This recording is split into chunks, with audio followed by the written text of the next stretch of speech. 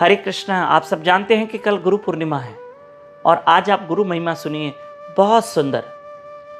देखिए, हमारे जीवन में गुरु के वाणी का संग करना बहुत ज़रूरी है और जैसे जैसे हम गुरु की वाणी का संग करेंगे हमारे जीवन में परिवर्तन आएगा। पर माफ़ करना, अगर हम गुरु की वाणी सुन रहे हैं और हमारे जीवन में कोई परिवर्तन नहीं है तो आप समझ जाना कि गुरु की वाणी में कोई दोष नहीं है, दोष हम में है, कमी हम में है। हाँ, कुछ लोग ऐसे होते हैं जो सुनते तो हैं लेकिन उनके जीवन में परिवर्तन नहीं होता है। कैसे? एक गुरु महाराज, एक महात्मा कुछ अपने 8-10 शिष्यों के साथ तीर्थ यात्रा में गए। ठीक है, गए तो 8-10 शिष्यों में एक शिष्य ये था कि वो बार बार छोटी छोटी बात पे गुस्सा करना, चिड़चिड़ करना, मतलब उसके जीवन में कोई परिवर्तन नहीं था। और गुरु महाराज बार बार उस शिष्य को देख के मुस्कुरा रहे हैं, क्योंकि याद रखना, कभी कभी शिष्य की मूर्खता पे भी गुरु हंसते हैं। हाँ, शिष्य कोई अच्छा काम करता है ना, अच्छी सेवा करता है तो गुरु महाराज उस पर भी मुस्कुराते हैं, और शिष्य कभी मूर्खता करते हैं ना तो उस पर भी गुरु महाराज मुस्कुराते हैं। क्यों मुस्कुराते? कि मैंने इसको इतना समझाया और समझा नहीं। मुस्कुराते, उनको हंसी आ जाती है कि ये मेरा कैसा शिष्य है, मैं इतना समझाता हूं और ये समझता नहीं।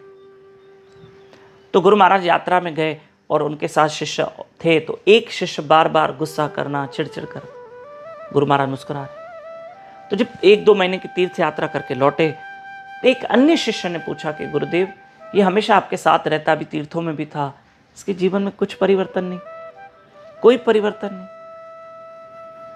तब गुरु ने कहा, मैं तुम्हें एक बात बताता हूं कि यहाँ आते तो हजारों लोग कथा सुनने हैं, हरि कथा सुनने, पर सब एक जैसे नहीं होते हैं। किसी में इतना परिवर्तन, किसी में इतना, किसी में इतना, किसी में इतना, किसी में इतना। वो तो कितना वो शिष्य लेता है, ग्रहण करता है, उसके ऊपर है। तो अब गुरु ने समझाया अन्य शिष्य को कि देखो बेटा, जब हम तीर्थों में गए ना तो हम अपने साथ सब्जियां, फ्रूट, चावल, अनाज, राशन सब लेके गए, और देखो अब लौटे हैं तो जो बचा वो वापस लेकर आए, क्योंकि पहले ऐसे ही तीर्थ यात्रा होती थी। तो एक टोकरी में कुछ सब्जियां पड़ी थी बची हुई, उस पर करेला भी था। तो करेला कैसा होता है? तो गुरु ने समझाया उस शिष्य को, देखो बेटा, ये करेला भी तोड़ोगे तो कैसा स्वाद होगा? बोलो गुरुदेव, कड़वा। बोलो जब उसको 1 महीना पहले तीर्थों में करेले को लेकर गए तो तब स्वाद कैसा था? बोला कड़वा। बोला देखो, पहले भी कड़वा, तीर्थों में भी कड़वा और आके भी कड़वा, करेले का स्वाद बदला। तो कुछ लोग ऐसे होते हैं, करेले जैसे होते हैं, जिनके जीवन में कोई परिवर्तन नहीं है। वो कथा से जुड़ने से पहले भी वैसे, बाद में भी वैसे, कोई परिवर्तन नहीं, कड़वे के कड़वे।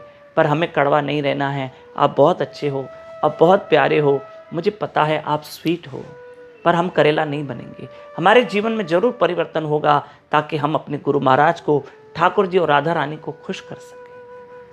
आपकी बात कर रहा हूँ, जितने लोग सुन रहे हैं आपकी बात कर रहा हूँ।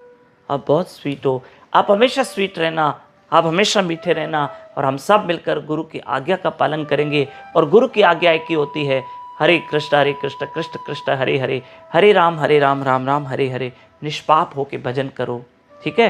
कल गुरु पूर्णिमा है, कल संडे है। मैं आपसे एक चीज़ मांग रहा हूँ, दोगे आप मुझे?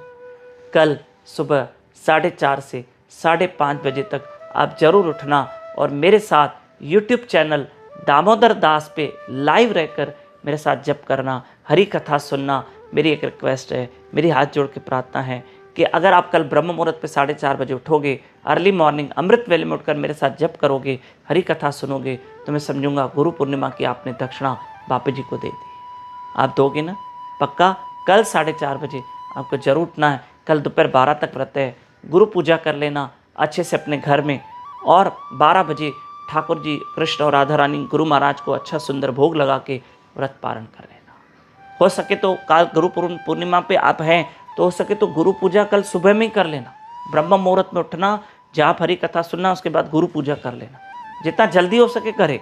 बाकी अगर आपकी इच्छा, अगर आपको लगता है कि दिन में करें, सुबह में 9-10 बजे करें, तो आप कर सकते हो, आपको मना नहीं है। गुरु पूजा तो पूरे दिन में कभी भी कर सकते हो, गुरु पूर्णिमा पर, लेकिन अगर सुबह जल्दी उठे करें तो बेटर है। धन्यवाद।